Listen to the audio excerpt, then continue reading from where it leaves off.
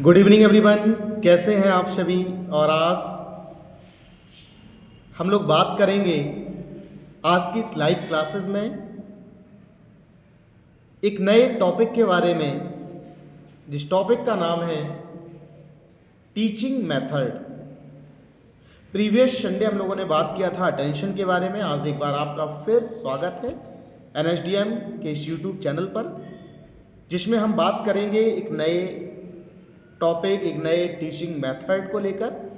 सबसे पहले हम बात करते हैं कि टीचिंग और टीचिंग मेथड होता क्या है। तो जैसे पुराने क्लास में मैंने आपको बताने का प्रयास किया था कि टीचर का जो काम है, शिक्षक का जो काम है, वो है शिक्षा का प्रसार करना, यानी कि बच्चों तक एजुकेशन को पहुंचाना। अब सवाल ये है कि बच्चों तक एजुकेशन पहुंचाई कैसे जाए। तो बच्चों तक एजुकेशन पहुंचाने का जो मेथड होता है, जो तरीका होता है, जो विधि होती है, उस विधि को हम कहते हैं टीचिंग, यानी कि पढ़ाने का तरीका। कभी कभी आपने शायद ये देखा हो कि कभी कभी ऐसा होता है कि एक टीचर इंटेलिजेंट भी है, बहुत सारी डिग्रियां भी उसके पास हैं, चीज़ों की नॉलेज भी बहुत सारी है, लेकिन पढ़ाने का तरीका उसके पास नहीं है। वो लाख प्रयास करे, लाख कोशिशें करे, वो बच्चों को बेहतर नॉलेज नहीं दे सकता। क्योंकि आपके एक अच्छे टीचर होने का मतलब तब है जब आपके पास एक अच्छे मटेरियल के साथ साथ एक अच्छा मेथड हो, एक अच्छा तरीका हो। आज का जो टीचिंग प्रोसेस जो चल रहा है, जो पढ़ाने की जो क्रिया, जो पढ़ाने का मेथड जो चल रहा है, शायद आपको पता हो कि आज का जो ज़माना है ना, वो चल रहा है साहब केवल चिपकाने वाला मेथड। कि मैंने आपको पढ़ाया ABCD, आपने वही सारी चीज़ अपने बच्चे को पढ़ा दी ABCD, उसने दूसरे से मिला, उसने वही पढ़ा दी ABCD। कारण ये है कि हम जिस मेथड पे आज चल रहे हैं, वो मेथड केवल ये कि जो हमने सुना, जो हमने पढ़ा, वही हमने सामने वाले के सामने प्रेजेंट कर दिया। लेकिन एक टीचर होने के नाते मेरा ये मानना है कि आप एक बेहतर व्यक्ति और आप एक बेहतर व्यक्तित्व के टीचर तब बन पाएंगे जब आपके पास खुद का एक यूनिक आइडिया, एक यूनिक मेथड, एक यूनिक तरीका हो। आप किसी दूसरे के नक्शे कदम पर चलेंगे ना, तो आप उसके जैसे बनेंगे, अपने जैसे नहीं बन पाएंगे। और व्यक्ति का वर्चस्व तभी होता है, हमें अपने जैसा बनना है, दूसरों के जैसा नहीं बनना। दूसरों के जैसा तो दूसरा ऑलरेडी है। आज अगर हम बात करें तो एक बच्चे को बेहतर नॉलेज देने के लिए, खासकर जिस कोर्स को हम और आप ज्वाइन कर पा रहे हैं, उस कोर्स का नाम है NTT nursery teacher training. Nursery का मतलब है कि नर्सरी से नर्स तक का जो बॉन्ड है, उस बॉन्ड को हमें स्ट्रॉन्ग कैसे करना है, यानी कि नर्सरी के बच्चों को नरिशमेंट के साथ साथ उनको बेहतर टीचिंग कैसे प्रोवाइड करनी है। इन चीज़ों के बारे में आज हम विचार करेंगे, आज हम चर्चा करेंगे। आज का पूरा टॉपिक, कंप्लीट टॉपिक इसी के ऊपर है। और आज के टॉपिक का जो हमारा नाम है वो है टीचिंग की विधियाँ, टीचिंग के मेथड। टीचिंग की बहुत सारे मेथड हैं। एक विद्यार्थी बच्चों को बोलकर पढ़ाता है, टीचर बच्चों को, विद्यार्थियों को जो है बोलकर पढ़ाता है, लिखकर पढ़ाता है, क्रियाकलापों के माध्यम से समझाने का प्रयास करता है, प्रोजेक्ट के माध्यम से पढ़ाने का प्रयास करता है। वेरिएंट ऐसे तरीके हैं हमारे पास जिन तरीकों के माध्यम से हम बच्चों को बेहतर नॉलेज देने का प्रयास करते हैं। लेकिन सवाल ये है कि आपके पढ़ाने का तरीका डिपेंड करता है कि आप किस एज के बच्चों को टीच कर रहे हैं। अगर आज हम एक BA के बच्चे को फुटबॉल खेलकर पढ़ाने का प्रयास करें तो शायद संभवता है कि ये चीज़ संभव ना हो पाए, पॉसिबल ही नहीं होगी। कैसे हम BA के बच्चे को खेल कूद और जो है भागम भाग के माध्यम से उनको टीच कर सकते हैं? उनका इंटरेस्ट, मज़ा नहीं आएगा। मैच्योर बच्चे हैं, हमें किस जगह पर कौन से मेथड का यूज़ करना है, that is most important thing in teaching method. If you want a great personality, if you want an amazing teacher, you have to learn a good teaching quality, you have to learn good teaching method. अगर आपको एक अच्छा teacher बनना है तो एक अच्छा teaching method आपके पास होना चाहिए। टीचिंग मेथड की अगर हम बात करें, हमारे देश में और विदेश में बहुत सारे ऐसे शिक्षा शास्त्री रहे हैं, एजुकेशन साइकोलॉजिस्ट रहे हैं, जिन्होंने एजुकेशन को इतना इजी कर दिया, it's a piece of cake, बहुत आसान कर दिया। इन्होंने बच्चों की एजुकेशन को ऐसा बना दिया कि बच्चा खेल खेल में चीजों को सीख ही जाएगा। लेकिन हमारे पास क्या ऐसा कोई मेथड है? नहीं। कारण, क्योंकि हम मेथड तो तब निकालेंगे ना जब हमें पुराने मेथड के बारे में पता हो, जब इनके बारे में पढ़ा हो हमने, इनके बारे में जानने का प्रयास किया हो हमने। ना तो कभी इनके बारे में जानने का प्रयास किया और ना हमें इस चीज के बारे में नॉलेज है। आपने शायद एक नाम सुना हो, फ्रेडरिक फ्रॉवेल। मैं आपको बता दूं, फ्रेडरिक फ्रॉवेल एक बहुत बड़े दर्शन शास्त्र के ज्ञाता एवं बहुत बड़े शिक्षा शास्त्री थे।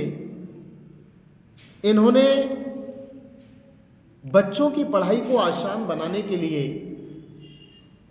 एक ऐसी लाजवाब मेथड को अपनाया, पूरे देश पूरे विश्व में उस मेथड का विस्तार किया।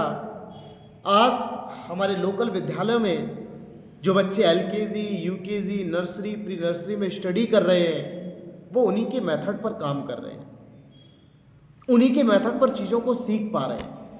आज जो एनटीटी की क्लास आप ज्वाइन कर रहे हैं, इसके बाद जो आप नर्सरी और प्ले ग्रुप के बच्चों को पढ़ाएंगे, कंसेप्ट इन्हीं का बनाया हुआ है।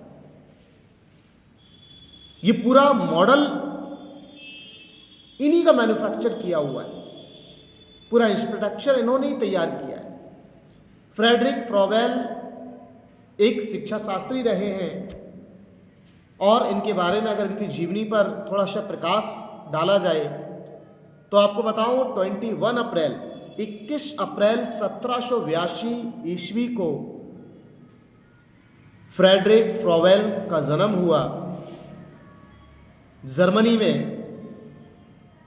बचपन इनका बड़ी परेशानियों में, बड़ी विपरीत परिस्थितियों में गुजरा। बचपन में जब फ्रेडरिक फ्रॉवेल बहुत छोटे थे, बचपन में इनकी माँ का देहांत हो गया। इन्हें बचपन से ही माँ का और पिता का प्यार नहीं मिला, ये प्यार से वंचित रहे। अब एक ऐसा बच्चा बचपन में जिसने जो है, जिसके सर से माँ बाप का साया चला गया हो, जिसे माँ बाप का प्यार नहीं मिल पाया हो, फ्रेडरिक फ्रॉवेल की माइंड में एक ही चीज चलती रहती थी कि मुझे तो माँ का प्यार नहीं मिला, काश मैं कुछ ऐसा कर पाऊं जो हर बच्चा उस प्यार को फील कर पाए, उस प्यार को महसूस कर पाए, हर बच्चे को उस प्यार की कमी महसूस ना हो। फ्रेडरिक फ्रॉवेल का बच्चों से इतना लगाव था, मैं आपको बताऊं, इतना जुड़ाव था कि हर बच्चे में अपने आप को देखते थे कि मेरा भी जीवन कभी विपरीत परिस्थितियों में रहा होगा। इन्होंने जर्मनी में जब ये बड़े हुए तो जर्मनी के मिशनरी विद्यालयों में इन्होंने बच्चों को पढ़ाया, उनको टीच किया। शिक्षा पर इन्होंने एक महारत हासिल की।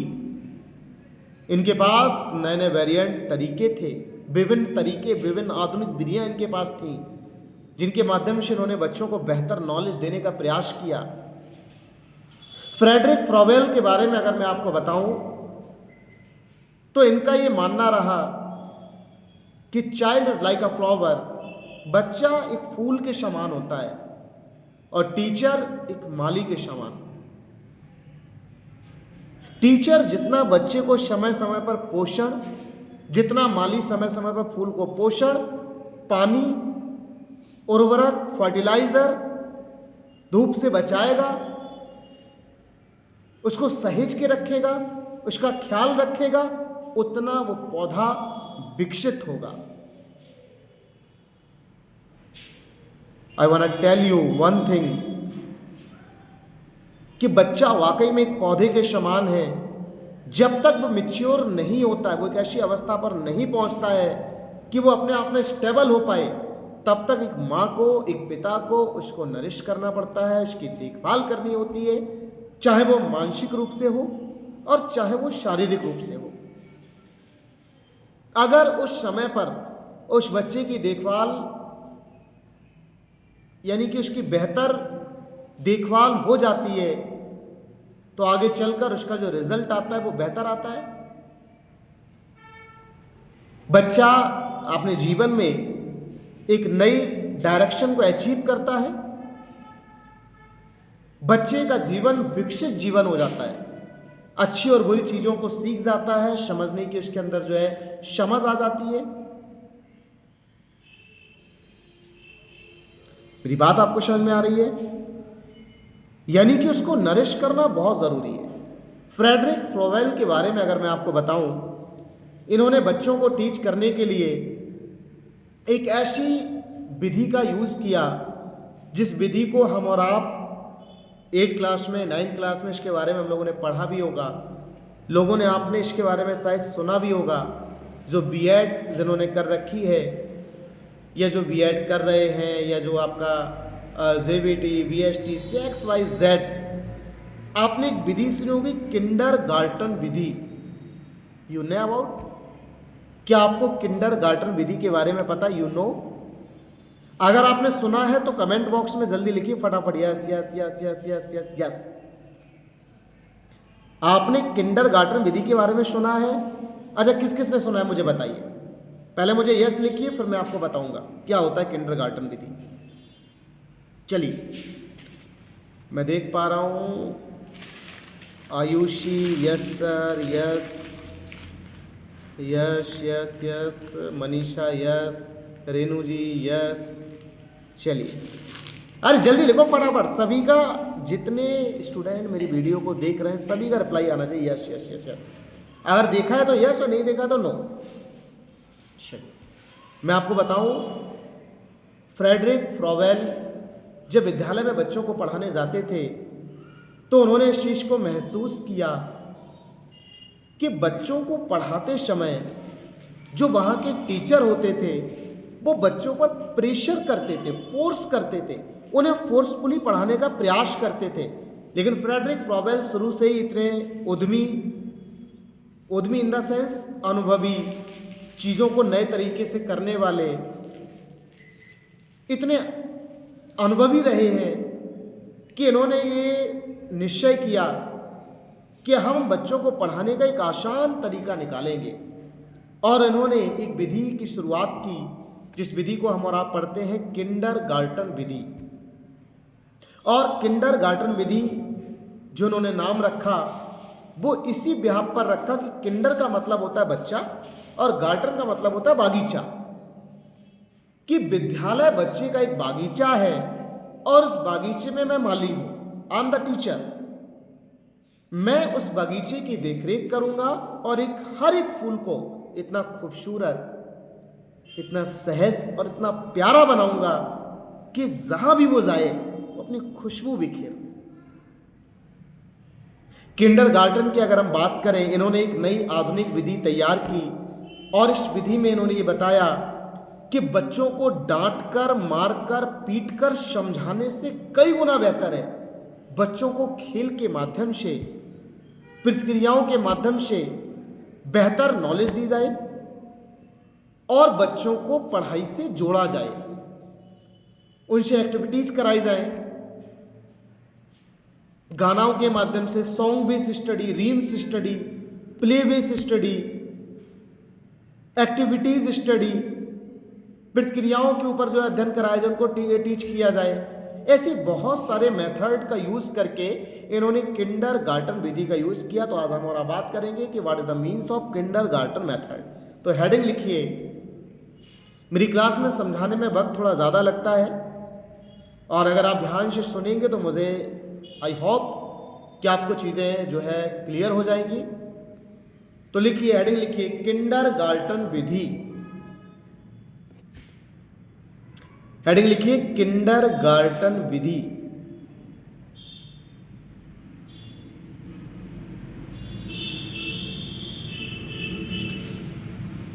लिखिए इसके अंदर, इस विधि के अंतर्गत इस विधि के अंतर्गत बच्चों को खेल, गीत, कहानी तथा गतिविधियों के माध्यम से प्राकृतिक रूप से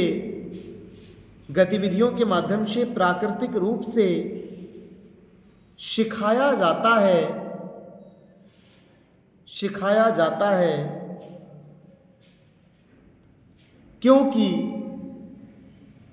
क्योंकि किंडरगार्टन दो शब्दों से मिलकर बना है, जिसका अर्थ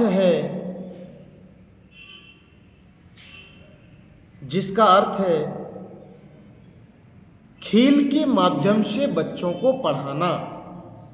जिसका अर्थ है खेल के माध्यम से बच्चों को पढ़ाना,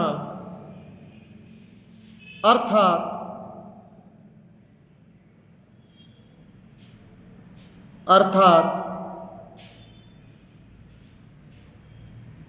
माली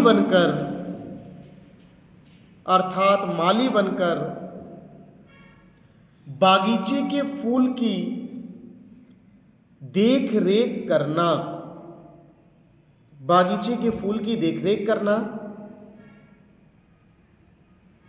क्योंकि किंडर का अर्थ है बालक तथा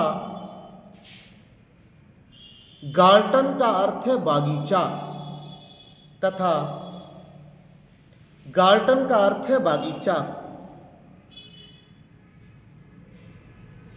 इस विधि में फ्रॉवेल एक बहुत बड़े शिक्षा शास्त्री रहे हैं। तो लिखिए, इस विधि में फ्रॉवेल ने बच्चे की तुलना एक फूल से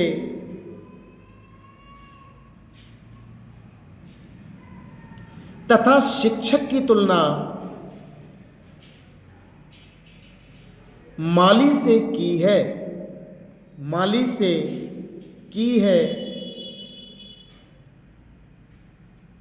जिस प्रकार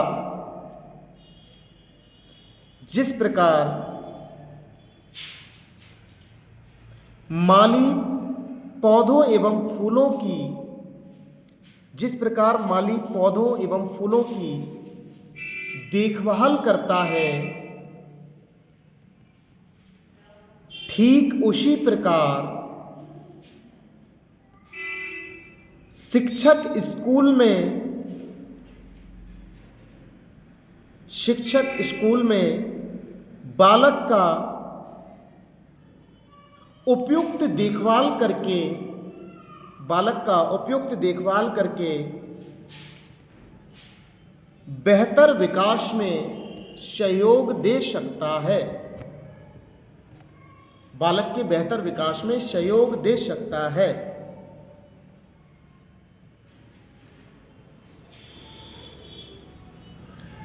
नीचे लिखिए, किंडरगार्टन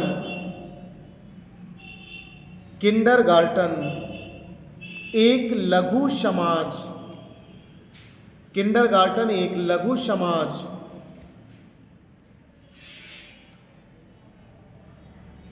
तथा बालकों का समूह है। किंडरगार्टन एक लघु समाज, लघु मतलब छोटा, समाज तथा बालकों का समूह है, जिसका वातावरण खेल, कौमा आनंद तथा स्वतंत्रता से भरा है, तथा स्वतंत्रता से भरा है। यह खेल, इसी में लिखना, यह खेल सहयोग तथा अनेकों क्रियाओं के द्वारा, यह खेल सहयोग तथा अनेकों क्रियाओं के द्वारा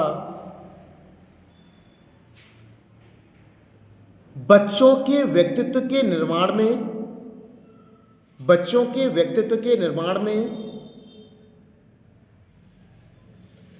तथा गुणों को सीखने, तथा गुणों को सीखने और मूल्यों को समझने का अवसर देता है, और मूल्यों को समझने का अवसर देता है। लिख लिया?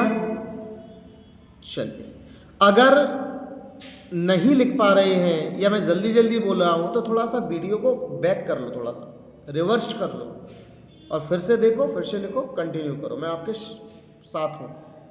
क्लियर है? चलिए, कहीं ऐसा ना हो कि सर जल्दी जल्दी बोल रहा है तो मेरा नोट नहीं हुआ है ना। मैं तो अपनी स्पीड से बोल रहा हूं, आप अपनी स्पीड से लिख भी रहे हैं या नहीं लिख रहे हैं ये क्लियर नहीं है मुझे, है ना। चलिए, रिवर्स करते जाओ, देखते जाओ। चलिए, तो लिखिए किंडरगार्टन की विशेषताएं, इसके नीचे लिखिए किंडरगार्टन की विशेषताएं।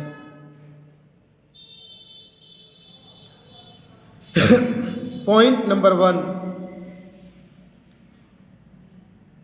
किंडरगार्टन की विशेषताएं क्या होती है, मेरी बात ध्यान से समझिए। किंडरगार्टन एक विधि है जिसमें फ्रॉवेल फ्रेडरिक क्या कहता है कि बच्चे पौधे के समान हैं, मैं माली के समान हूँ, मैं उनको सींचूंगा, मैं उनको फर्टिलाइज़र दूंगा, पोषण करूंगा और उनको बेहतर तरीके से टीचिंग में हेल्प करूंगा, सहयोग करूंगा। अब सहयोग की अगर हम बात करें तो एक टीचर जैसे कि मैं और आप, एक नॉर्मल टीचर भी बच्चे को पढ़ाता है और फ्रेडरिक फ्रॉवेल भी बच्चे को पढ़ाता है। यहाँ दो चीज़ें हो गई, मेरी बात को समझने का प्रयास करो। एक आम टीचर वो भी बच्चे को पढ़ा रहा है, फ्रेडरिक फ्रॉवेल भी बच्चे को पढ़ा रहा है, लेकिन दोनों में विशेषताएं क्या हैं, दोनों एक दूसरे से अलग कैसे हैं। मैं आपको पढ़ा रहा हूं बेटा पढ़ो ABCD, फ्रेडरिक फ्रॉवेल भी पढ़ा रहा है ABCD, डिफरेंट कैसे है भाई, अलग कैसे है वो, और अलग ही तो हमारी विशेषताएं होती हैं, तो वो विशेष कैसे है। तो लिखिए फ्रेडरिक फ्रॉवेल जो था ना, मैं आपको बताऊं, पहले सुन लो। फ्रेडरिक फ्रॉवेल के टीचिंग में, उसके विधि में एक अलग ही बात है, अलग अलग ही विशेषता है। अलग विशेषता कैसी, हम और आप बोलकर पढ़ाते हैं, देखकर पढ़ाते हैं, सुनकर पढ़ाते हैं। फ्रेडरिक फ्रॉवेल कैसे पढ़ाता था, तो लिखिए लिखिए किंडरगार्टन की विशेषताएं, इसमें लिखिए point number 1, play based training, sorry play based learning, training नहीं लर्निंग है, play based learning, play based learning. दूसरा है सॉन्ग, दूसरा पॉइंट है नीचे, song comma reams comma story का प्रयोग करके, सॉन्ग कॉमा रीम्स कॉमा कहानियों का प्रयोग करके बच्चों का बेहतर विकास किया जाता है, बच्चों का बेहतर विकास किया जाता है। तीसरा पॉइंट है कला कौमा रंगों तथा खेल खेल, कला कौमा रंगों तथा खेल खेल एवं अनेकों क्रियाओं द्वारा एवं अनेकों क्रियाओं द्वारा बच्चों को बेहतर शिक्षा दी जाती है, बच्चों को बेहतर शिक्षा दी जाती है।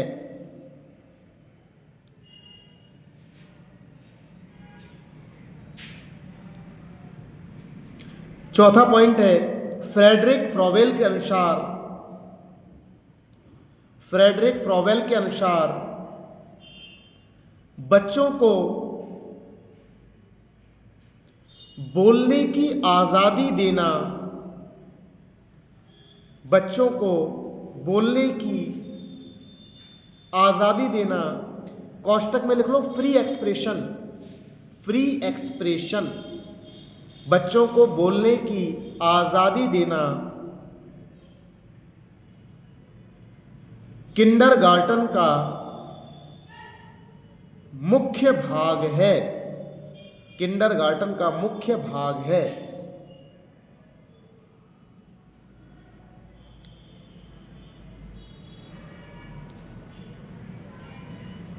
पांचवा पॉइंट लिखिए, इस विधि में शिक्षक बच्चे का, इस विधि में शिक्षक बच्चे का बेहतर मार्गदर्शन करता है, बेहतर मार्गदर्शन करता है, जिससे बच्चों को बेहतर शिक्षा प्राप्त हो सके और वह चीज़ों को भली भांति सीख पाए, और वह चीज़ों को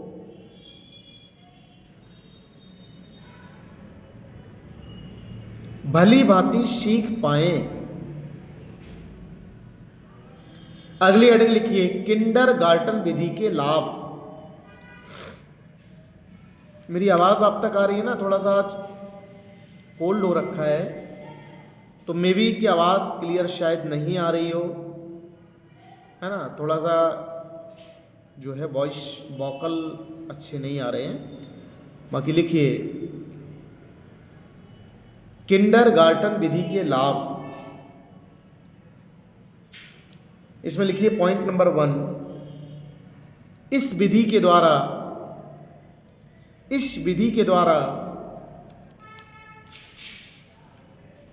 बच्चा, इस विधि के द्वारा बच्चा खुशी खुशी चीजों को सीखता है। इस विधि के द्वारा बच्चा खुशी खुशी, अरे बच्चों का नाम नहीं है खुशी, खुशी खुशी का मतलब है हैप्पी होकर। चलिए, खुशी खुशी सीखता है, इस विधि के द्वारा बच्चा खुशी खुशी चीजों को सीखता है। दूसरा पॉइंट, इस विधि के द्वारा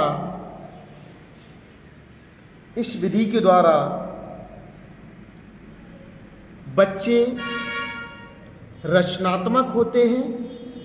इस विधि के द्वारा बच्चे रचनात्मक होते हैं तथा उनका आत्मविश्वास बढ़ता है। इस विधि के द्वारा बच्चे रचनात्मक होते हैं तथा उनका आत्मविश्वास बढ़ता है।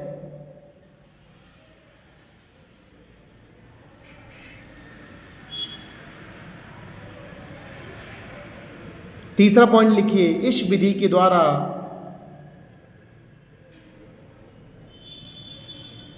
के द्वारा बच्चों का सामाजिक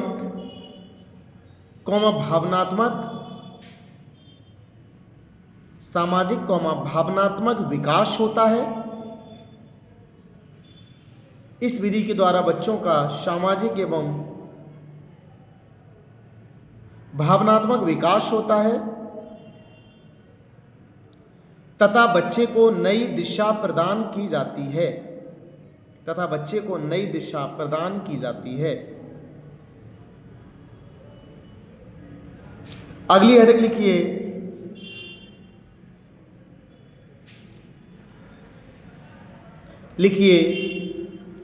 शिक्षा की विधियां, टीचिंग मेथड। शिक्षा की विधियां। आपको मैं एक चीज बताऊं कि फ्रेडरिक फ्रॉवेल ने सबसे पहले लगभग लगभग जो है 1852 में जर्मन में सबसे पहला किंडरगार्टन विद्यालय ओपन किया, जिसमें नर्सरी, एलकेजी, यूकेजी ये लेवल तब नहीं चलते थे। ये नर्सरी, एलकेजी, यूकेजी अभी हुआ, तब चलता था बेबी क्लासेस, प्री क्लासेस। इन क्लासेस को लॉन्च किया और बच्चों को खेल खेल में एक नई अनुभूति, एक नया ज्ञान, एक नया प्रदर्शन, नई चीज़ें सिखाने और समझाने का प्रयास किया और उनका बेहतर मार्गदर्शन किया। आज पूरे भारत में किंडरगार्टन विधि फेमस है, प्रसिद्ध है। अनेकों विद्यालयों में इस विधि के माध्यम से बच्चों को पढ़ाया, लेकिन आज के ज़माने में इस विधि को थोड़ा और डिजिटलाइजेशन कर दिया, थोड़ा और टेक्निकल जो रूप से जो है, और इस विधि को थोड़ा जो है इम्प्रूव कर दिया, ट्रांसफॉर्म कर दिया।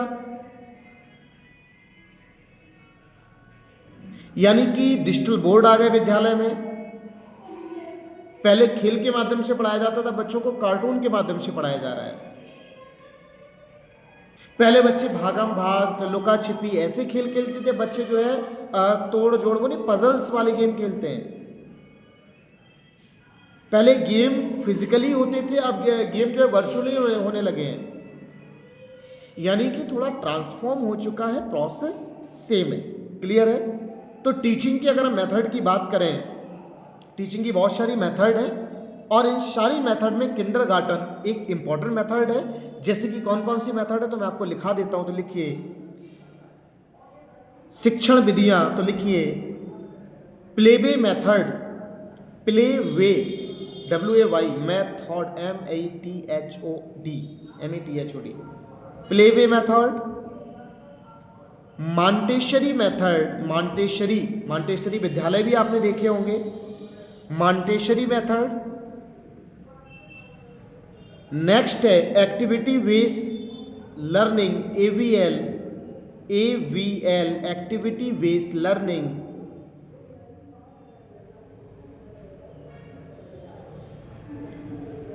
चौथा है स्टोरी टेलिंग।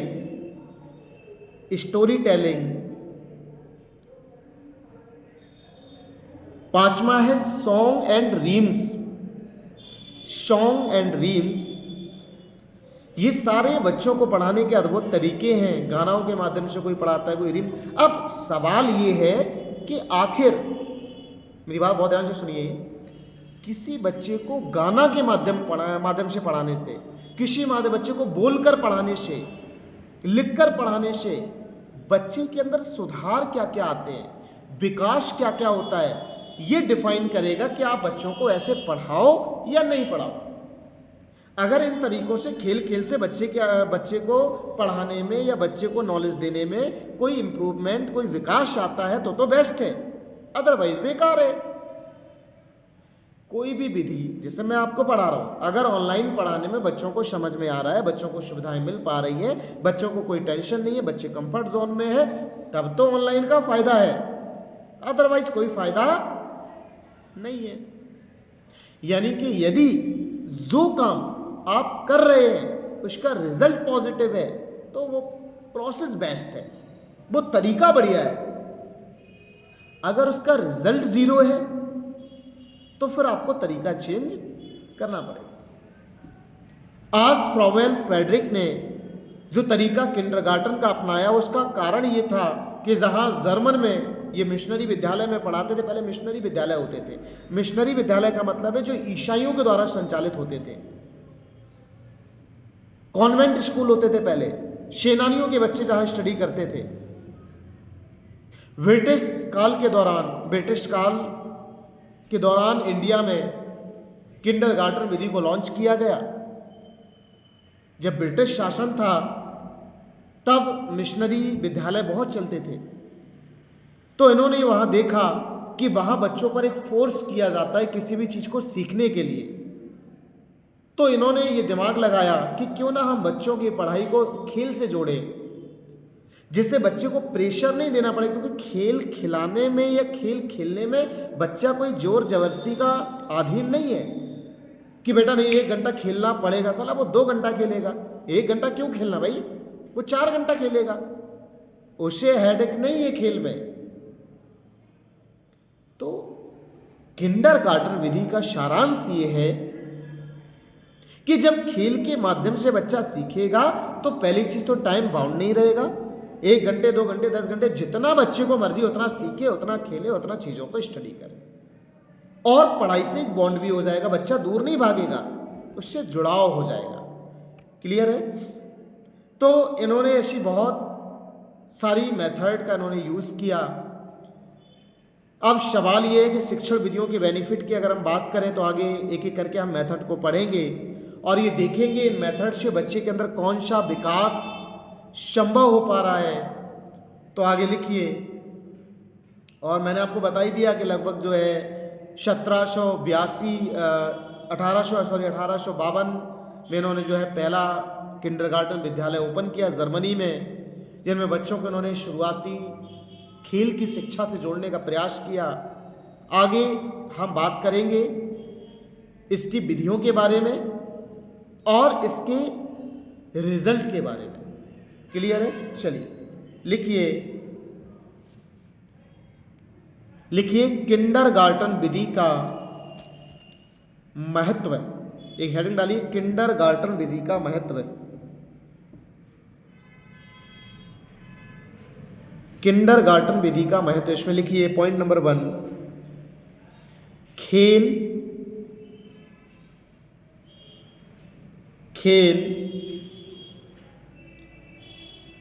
किंडरगार्टन के अनुसार यानी कि फ्रेडरिक फ्रॉवेल के अनुसार खेल बच्चे का सबसे बड़ा टीचर है। Game is a big teacher of child. खेल बच्चे का सबसे बड़ा टीचर है। जितना खेल में बच्चा सीख जाएगा ना, उतना हम और आप नहीं सिखा पाएंगे। देखकर सुनकर वो समझ जाएगा ना, ऑब्जर्वेशन पावर बहुत अच्छी होती है बच्चे की। तो पॉइंट नंबर 1 लिखिए, खेल बच्चे का सबसे बड़ा शिक्षक है।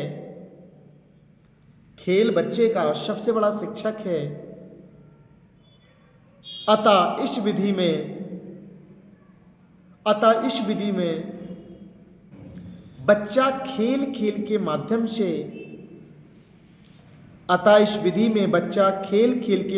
से चीजों को आसानी से सीख जाता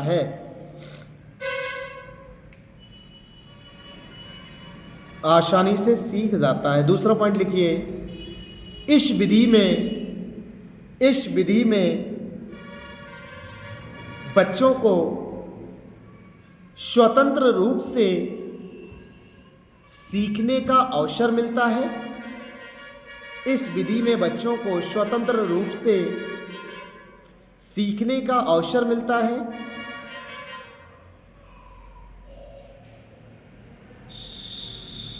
तीसरा पॉइंट है, इस विधि के द्वारा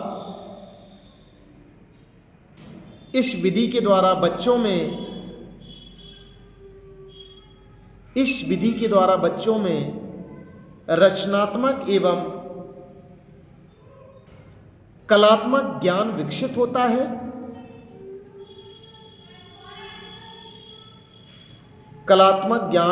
होता है। चौथा पॉइंट है, इस विधि में शिक्षक बच्चे का मार्गदर्शन करता है, ना कि दबाव बनाता है। इस विधि में टीचर बच्चे का मार्गदर्शन करता है, ना कि दबाव बनाता है।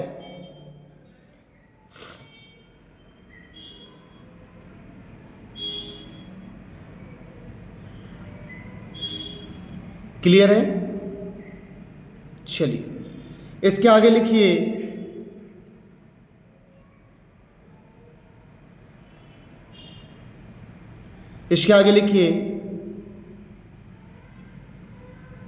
यहां तक लिख लिया। चलो अगली हेडिंग लिखो, मॉन्टेसरी मेथड। लिखिए मॉन्टेसरी मेथड। किंडरगार्टन तक हो गया, इसके आगे लिखिए मॉन्टेसरी मेथड। बहुत सारे मेथड है, मैंने आपको बताया प्लेबे मेथड, मॉन्टेसरी, किंडरगार्टन। अगली हेडिंग लिखो मॉन्टेसरी मेथड। इसमें लिखिए मॉन्टेसरी विधि किंडरगार्टन विधि से, मॉन्टेसरी विधि किंडरगार्टन विधि से मिलती जुलती विधि है। देखिए, किंडरगार्टन के बारे में हमने उसकी डेफिनेशन को पढ़ा, हमने उसके महत्व को पढ़ा, उसके योगदान, कंट्रीब्यूशन, उसके लाभ को पढ़ा, बेनिफिट्स को देखा और उसके हमने प्रोसेस को समझने का प्रयास किया। अब हम बात करेंगे मॉन्टेसरी का। क्लियर है? तो लिखिए, मॉन्टेसरी विधि, यह विधि किंडरगार्टन विधि से मिलती जुलती है, लेकिन दोनों में बहुत अंतर है। दोनों में बहुत अंतर है।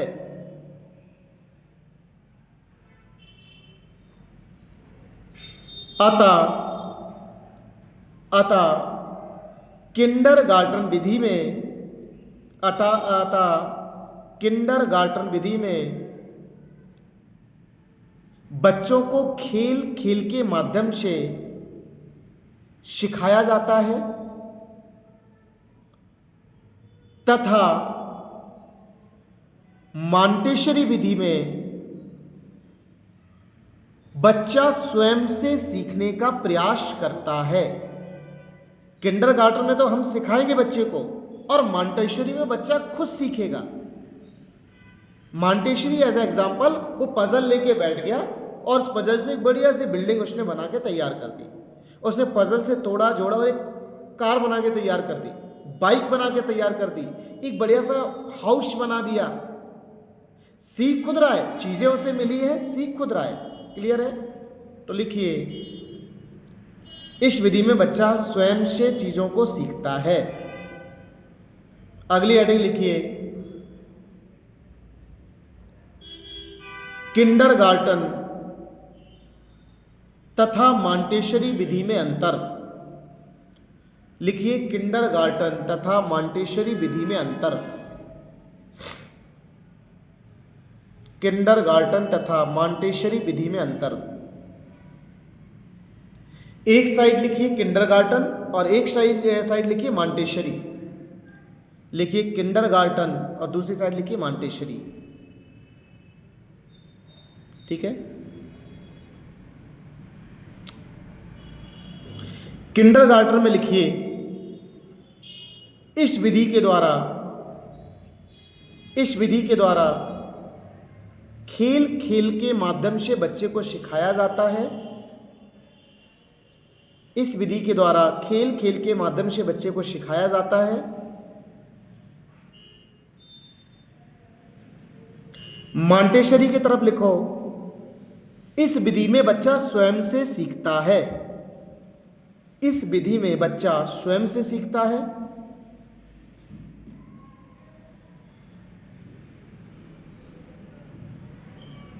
क्लियर है? किंडरगार्टन की साइड लिखिए, इसके जनक फ्रेडरिक फ्रोवेल हैं। इसके जनक फ्रेडरिक फ्रोवेल हैं।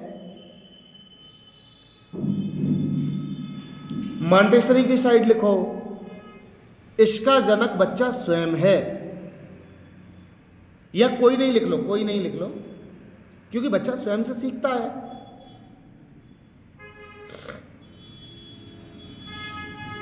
लिख लिया? चलिए, इसी के नीचे लिखिए, किंडरगार्टन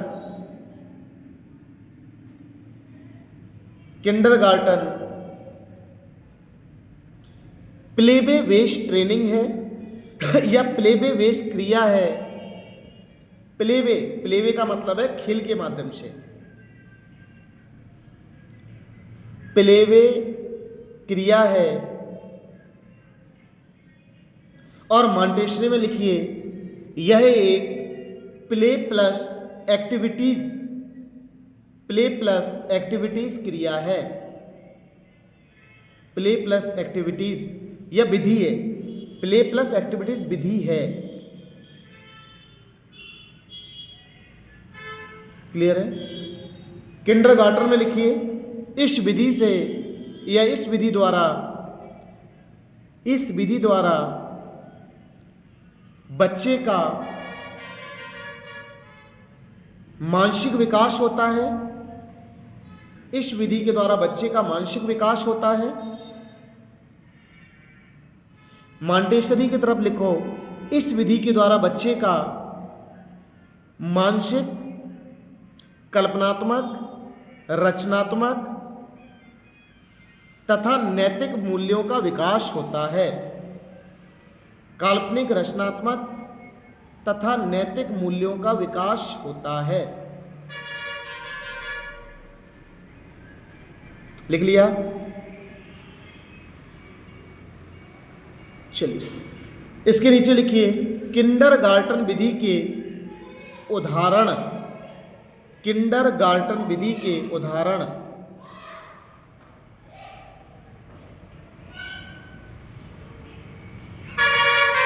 लिख लिया? चलिए, देखिए किंडरगार्टन विधि के बहुत सारे एग्जाम्पल हैं। मैं 2-4 एग्जाम्पल आपको समझाने का प्रयास करूंगा। आप चाहो तो इसको लिख लेना और पहले आप समझेंगे, फिर इसको बाद में लिखेंगे। किंडरगार्टन के एग्जाम्पल की अगर हम बात करें तो इसमें क्या है कि बच्चों को खेल खेल के द्वारा सिखाया जाता है। यानी कि इसका सबसे पहला एग्जाम्पल आपने देखा होगा कि बहुत सारे बच्चे ना आपस में एक सर्कल बना लेते हैं और सर्कल में क्या कर रहे हैं, गाना गा रहे हैं आपस में, ये या अपना अपना इंट्रोडक्शन दे रहे हैं। वो माय नेम इज ये, माय नेम इज ये, माय नेम इज ये, माय नेम इज ये। 10 बच्चों का एक सर्कल बनाए और 10 बच्चे अपने आप को इंट्रोड्यूस कर रहे हैं। इस विधि से क्या होता है कि खेल खेल में इंट्रोड्यूस भी कर रहे हैं, उनका कॉन्फिडेंस लेवल भी बढ़ रहा है, उनको फ्रीडम ऑफ स्पीच इसकी नॉलेज भी आ रही है, वो लोगों के सामने बोलना भी सीख रहे हैं, बोलने की स्किल भी उनके अंदर आ रही है और अपनी बात को यानी कि सोशल लोगों में, समाज में अपनी बात को रख भी पा रहे हैं। अब आप ये देखिए खेल खेल में एक क्रियाकलाप करने की कितने बेनिफिट्स हैं। किंडरगार्टन क्या करता है, खेल खेल में बच्चों को इतना इजी बना देता है कि आप ये भूलेगा ही नहीं। खेल खेल में सारी चीजों को, लेकिन आपको ध्यान रहे यह विधि केवल 3 से 6 वर्ष के बच्चों के लिए यूज की जाती है। Only for 3 to 6। बड़े बच्चों में ये काम नहीं आती। बड़े बच्चों के लिए और सारे मेथड है, ये 3 से 6 बच्चों के लिए, 6 साल तक के बच्चों के लिए। क्लियर है? अब जैसे कि दूसरा एग्जांपल मैं आपको बताऊं, स्टोरी टेलिंग। स्टोरी टेलिंग की अगर हम बात करें तो स्टोरी टेलिंग खेल खेल में बच्चा अपनी कहानी भी सुना रहा है और उस कहानी को इमेजिन भी कर रहा है। मैं एक बार एक जंगल में गया, अब जंगल सामने तो नहीं है, गया वहां मुझे शेर मिला, चीज़ों की परख भी कर रहा है। आप ध्यान से देखिए, जब आप बच्चों को पढ़ाते हो ना, जब आप एक टीचर बनते हैं, आप जब बच्चों को कहानियाँ सुनाते हैं, हर चीज़ करने का एक सेंस होता है, हर चीज़ करने का। आप उनको पोयम सुनाएं, कविताएं सुनाएं, कहानियाँ सुनाएं, खिलौने के माध्यम से समझाने का प्रयास कराएं, हर चीज़ का एक सेंस होता है। बिना सेंस के कुछ नहीं है। स्टोरी सुनाने का सेंस ये है कि आप उनको कहानी सुनाओगे, बच्चा इमेजिन करेगा। आप उसको बोलोगे मैं एक जंगल में गई, वहां एक बहुत भयानक भूत था। अब बच्चा क्या करेगा, उस चीज को फील करेगा कि मैं प्रेजेंट टाइम एक जंगल में हूं, मेरे सामने भी ऐसा हो रहा है। डर भी फील होगा, अच्छा भी फील होगा, खुशी भी फील होगी, मजाक भी फील होगा, सब चीज फील होगी। यानी कि इसका रियल एग्जाम्पल मैं आपको दूं तो बच्चे के अंदर कहानी फीलिंग जगाने का काम करती है। मैं गारंटी देता हूं कि मैं बच्चों की बात नहीं, मैं बड़ों की बात भी कर रहा हूं। आप कभी कभी जैसी व्याख्यान को सुनते हैं, जैसा एक्सप्लेनेशन आपको मिलता है, चाहे वो किसी भी चीज को, अच्छा हो, बुरा हो, सही हो, गलत हो, वैसी फीलिंग, वैसी भावनाएं आपसे अटैच हो जाती हैं उन चीजों को लेकर। आप अभी लड़ाई झगड़े की बातें सुनो ना, आप ये कहोगे अरे मैं तो अभी जा रहा हूं फटाफट, आपके अंदर भावनाएं जो आएंगी ना वो लड़ाई झगड़े की आ जाएंगी। आप कोई प्यार की बात सुनेंगे प्यार की भावनाएं आएंगी, गुस्से की बात सुनेंगे, गुस्से की भावनाएं आएंगी, जैसा दुख की बात सुनेंगे, दुख की फीलिंग्स आएंगी। ये कहानियां बच्चे के अंदर एक फीलिंग्स को जगाने का काम करती हैं, इमेजिनेशन पैदा करती है बच्चे के अंदर, इमेजिनरी पावर इंक्रीज होती है। इसलिए तो बच्चों को कहानियां सुनाई जाती है। अब आप देखो खेल खेल में कितने सारे बेनिफिट हैं, जैसे कि एज एग्जाम्पल काउंटिंग 1 2 3, बेटा पढ़ो 1 2 3 4 5 6 7 8 9। अब मैंने आपको पढ़ा 1 2 3 4 5। अब मैंने 1 2 3 पढ़ा तो इसमें क्या हुआ, क्या क्या हमारे अंदर जो है बेनिफिट्स मिले, क्या क्या हमें जो है उसके उपयोग यानी कि उसके फायदे मिले। पहली चीज हमने उंगलियों पर नंबर को गिनना सीख लिया, 1 2 3 4 5 1 2 3 4 5 1 2 3 4 5, उंगलियों पे गिनना सीख लिया। दूसरी चीज स्किल पावर बढ़ गई, ये गिनती अब हम भूलेंगे नहीं दोबारा, 1 2 3 4 5 1 2 3 4 5 कभी नहीं भूलेंगे। स्किल बढ़ गई, ऑब्जर्वेशन पावर बढ़ गई, बंद किया बोला, ऑब्जर्वेशन मतलब 1 2 3 1 2 3 1 2 3, यहां उंगली गई 1 2 2, क्यों आया 2? ऑब्जर्वेशन है ना कि बेटा यहां गया तो 1 है, यहां गया तो 2 है, यहां आया तो 3, ऑब्जर्वेशन कर रहा है बच्चा, ऑब्जर्वेशन पावर इंक्रीज हुई। बहुत सारे बेनिफिट है। किंडरगार्टन एक अमेजिंग मेथड है, जब आप बच्चों को पढ़ाओगे ना बड़ा मजा आएगा, बहुत बेहतर तरीके से आप उनको टीच कर सकते हैं, बहुत अमेजिंग है। थोड़ा सा और अगर हम बात करें एज एग्जाम्पल शेप रिकॉग्नाइजेशन, जैसे आपने देखा है, हमने जो एक ट्रायंगल बना दिया और बच्चे को बोला मैंने जाओ पूरे स्कूल में या पूरे उधर एक बार जो है पूरे विद्यालय में ढूंढ कर आओ ट्रायंगल कहाँ बना है, सर्किल कहाँ बना है, इस बोर्ड पर बताओ ये जो है निशान कहाँ बना है। तो बच्चा क्या करेगा, बच्चे का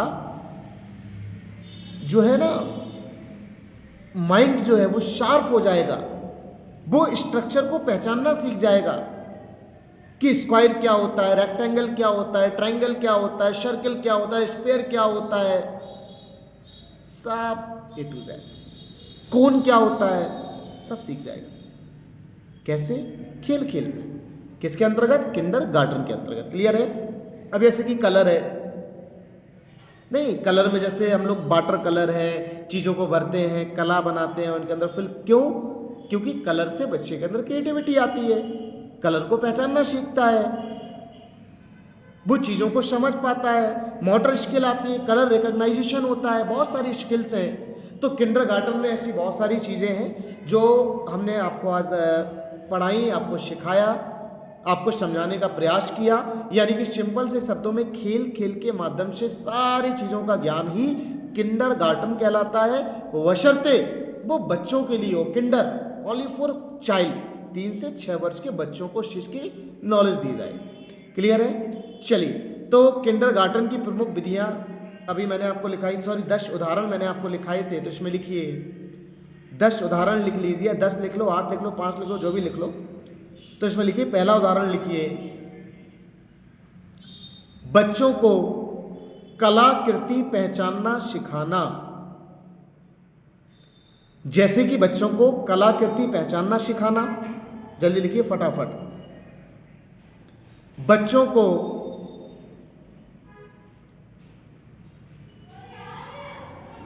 काउंटिंग की स्किल सिखाना, काउंटिंग का मतलब होता है गिनती, 1 2 3 1 2 3, ठीक है। बच्चों को काउंटिंग की स्किल सिखाना।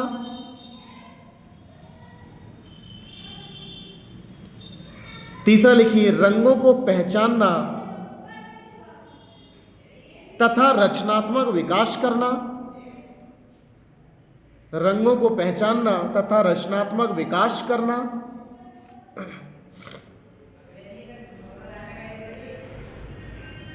अगला लिखिए,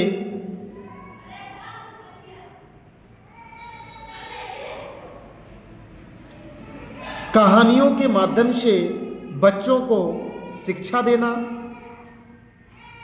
कहानियों के माध्यम से बच्चों को शिक्षा देना।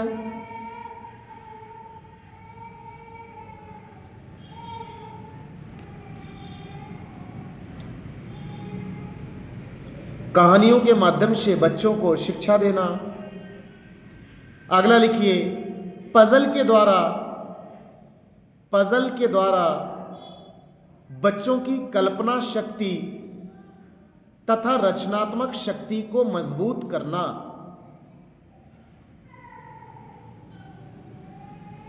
बच्चों की कल्पना शक्ति तथा रचनात्मक शक्ति को मजबूत करना।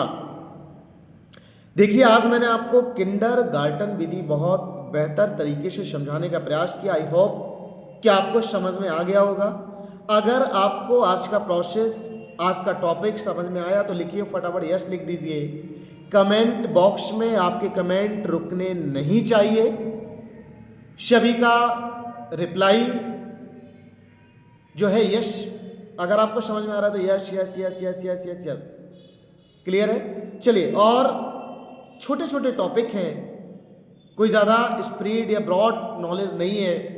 छोटे छोटे टॉपिक को हर संडे हम समझने का प्रयास करते हैं। आप लोग बहुत इंटेलिजेंट हैं, आप लोग बहुत समझदार हैं, पढ़े लिखे हैं। केवल मेरा काम है आपको आपकी समझ को दोबारा याद दिलाना, आपको रिवीजन करना। क्या आपको पता सब है? केवल मैं क्या करता हूं, आपकी उस चाबी को फिर से वही स्टार्ट कर देता हूं। ये पढ़ा था आपने पहले और ये फिर से शुरू हो गया। मैं केवल आपको इतना सहयोग और सपोर्ट करता हूं कि आप पुरानी चीज़ों को भूलें नहीं और नई चीज़ों को सीख जाएं। बाकी नॉलेज आपको सब है। अगर आपने बीए की है, बीएड की है, जेवीटी किया है, 10वीं 12वीं, थोड़ी बहुत चीज़ें आपको सबको पता होंगी। मैं हर क्लास में यही समझाने का प्रयास करता हूँ, आपको एक नई चीज़ सीखने का मौका मिले। और आई होप कि आई एम डूइंग वेल, मैं अच्छा कर रहा हूँ, आपको बढ़िया तरीके से समझा पा रहा हूँ। और अगर आपको समझ में आ रहा है तो यस ज़रूर लिखिएगा। और एक रिक्वेस्ट है कि कोई भी स्टूडेंट बढ़िया से अपने नोट्स बनाकर मुझे व्हाट्सएप कर दिया करो, जिससे जो है मैं उन नोट्स को जो है यूट्यूब पर अपलोड कर दूं, आप लोगों तक वो नोट्स पहुंच पाएँ और आगामी गणतंत्र दिवस की 26 जनवरी 2026 की आप सभी को हार्दिक शुभकामनाएं। और 26 तारीख को देशभक्ति की फिर से लहर हमारे दिलों में जो है, देश के प्रति जो भावनाएं हम उनको व्यक्त कर पाएंगे।